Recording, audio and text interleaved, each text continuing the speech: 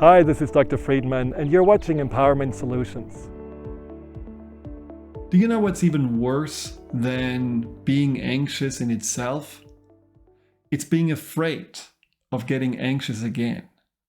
That fear of our own anxiety is for many even harder to handle than the actual anxiety.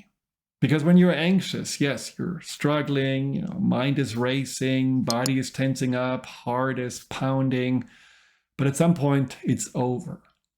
But then when you have an okay day, but you never really know when the anxiety comes back, you're always wondering, hey, maybe it's gonna just attack me when I'm with my friends and all I want is run out of the restaurant, or maybe when I'm talking to my boss, all of a sudden I'm just, blanking out, not knowing what to say. Maybe the anxiety waits for me already in the morning by my bedside table and telling me, hey, it's going to be a really stressful day again. Not knowing that the anxiety could at any time come up again and when that's going to happen is for many the harder pill to swallow. I have been helping people to overcome anxiety for 20 years, and I have been struggling with anxiety for many years before that. So I know anxiety is not really a very, very comfortable feeling, and it makes total sense to be afraid of it. But we don't have to. And I want to share with you 3 reasons why.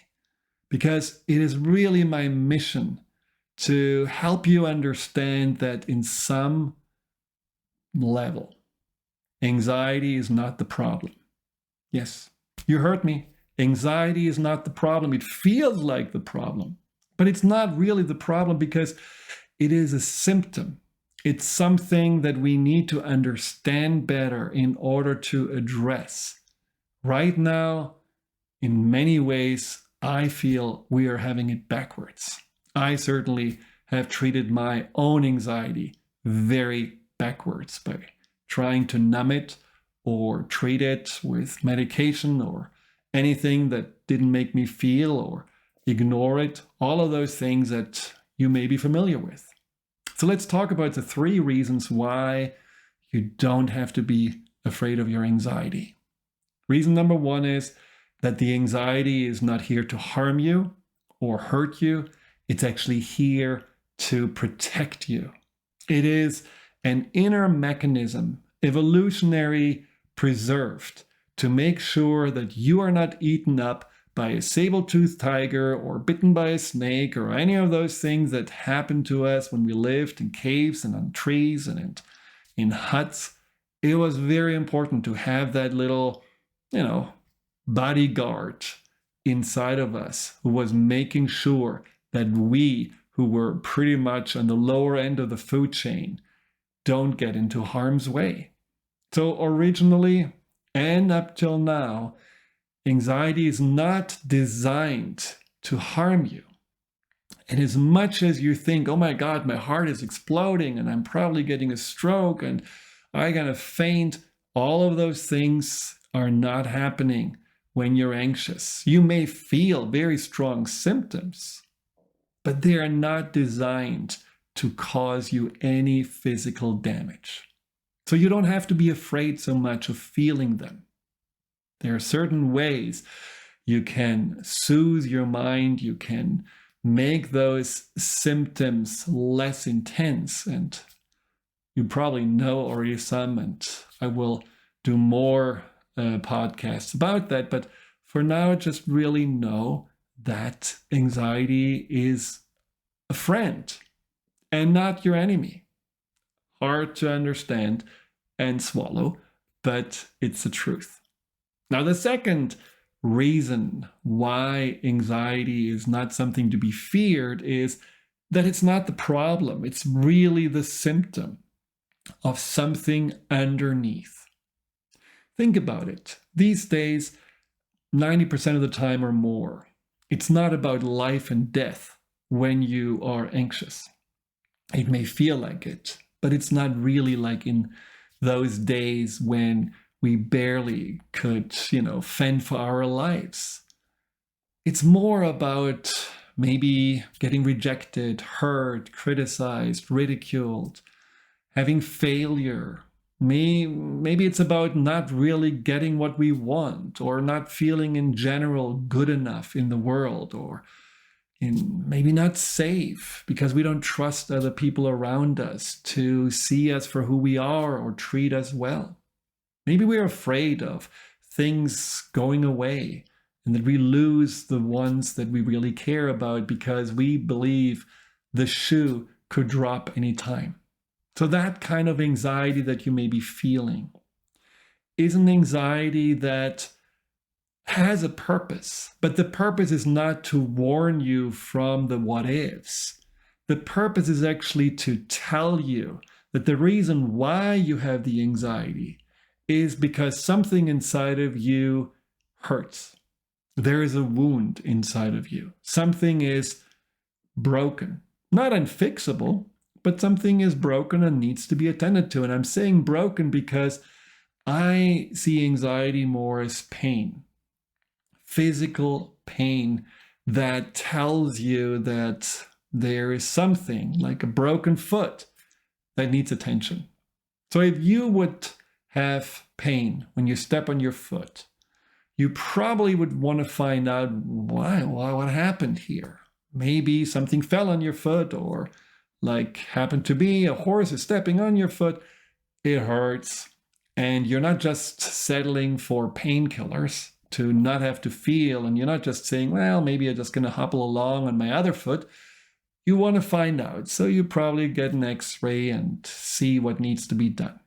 Because if you wouldn't do it, that fracture may never heal, and you may have more and more pain to deal with.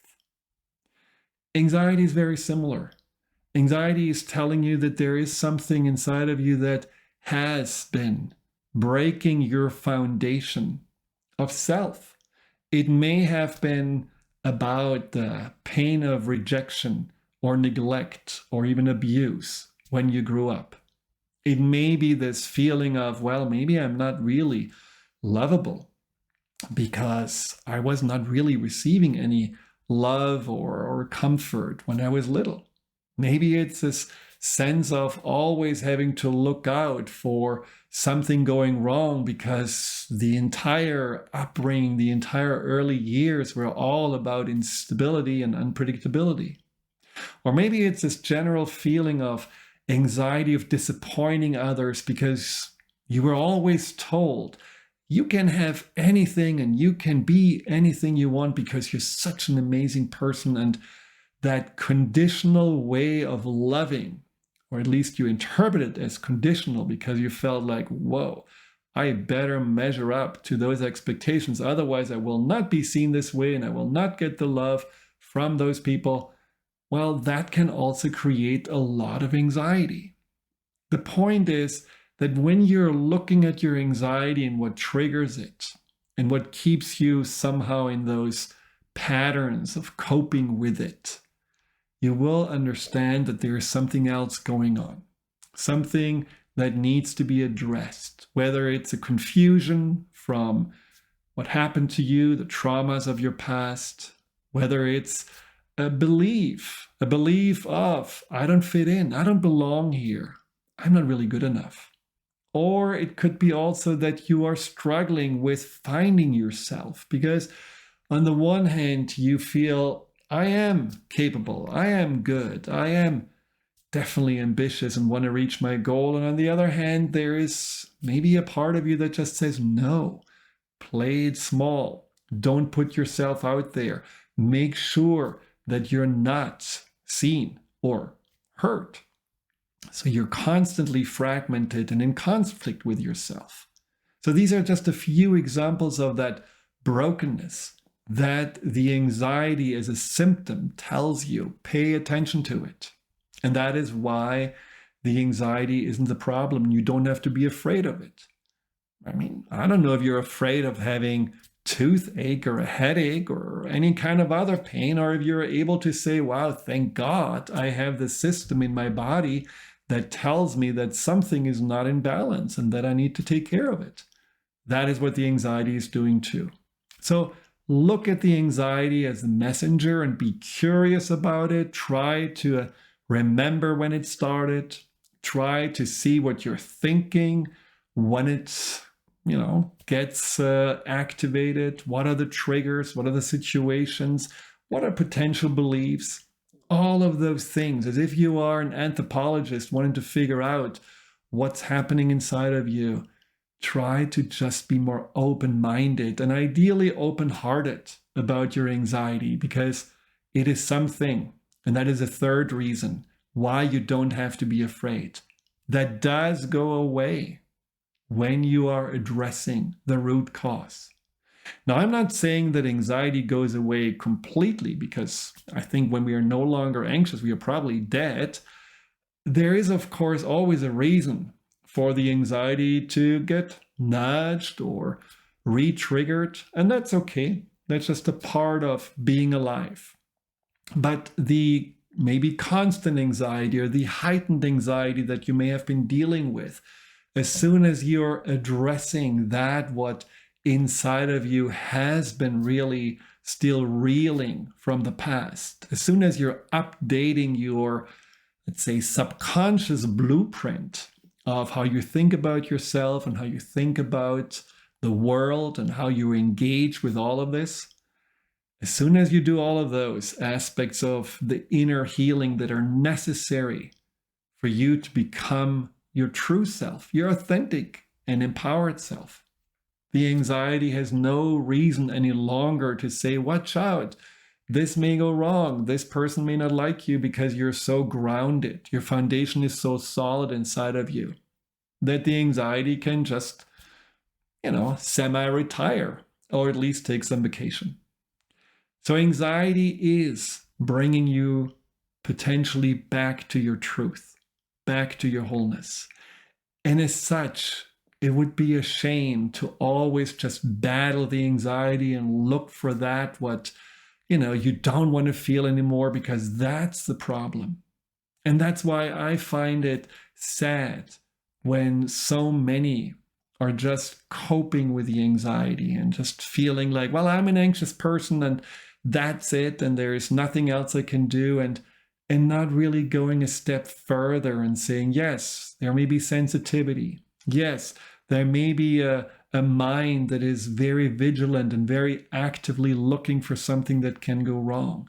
Yes, there may be a propensity to feeling anxious, but it doesn't mean that this defines you, and it doesn't mean that this is the curse that you have to deal with for the rest of your life. Anxiety has a meaning. It is here to protect you from the outside. It is here to tell you that something is not right in the inside. And it is here to help you to come back to yourself, to come back to your wholeness. And that is the most beautiful gift about the anxiety that I saw in myself and seen in so many of my clients. Anxiety, when you heal the root of it, helps you to open your heart again. I just talked to an amazing man who has been struggling with anxiety for a long, long time.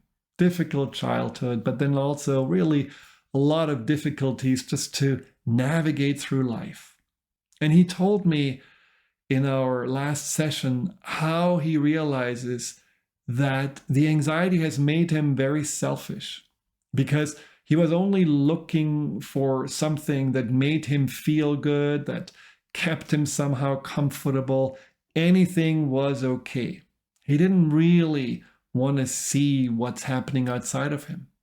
And now that he has used this messenger of anxiety to really heal himself and find himself and connect to also something inside that he knew was there, his own goodness, but he wasn't really able to connect to it or open up to it.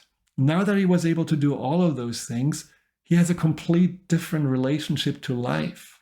He has so much more compassion for others.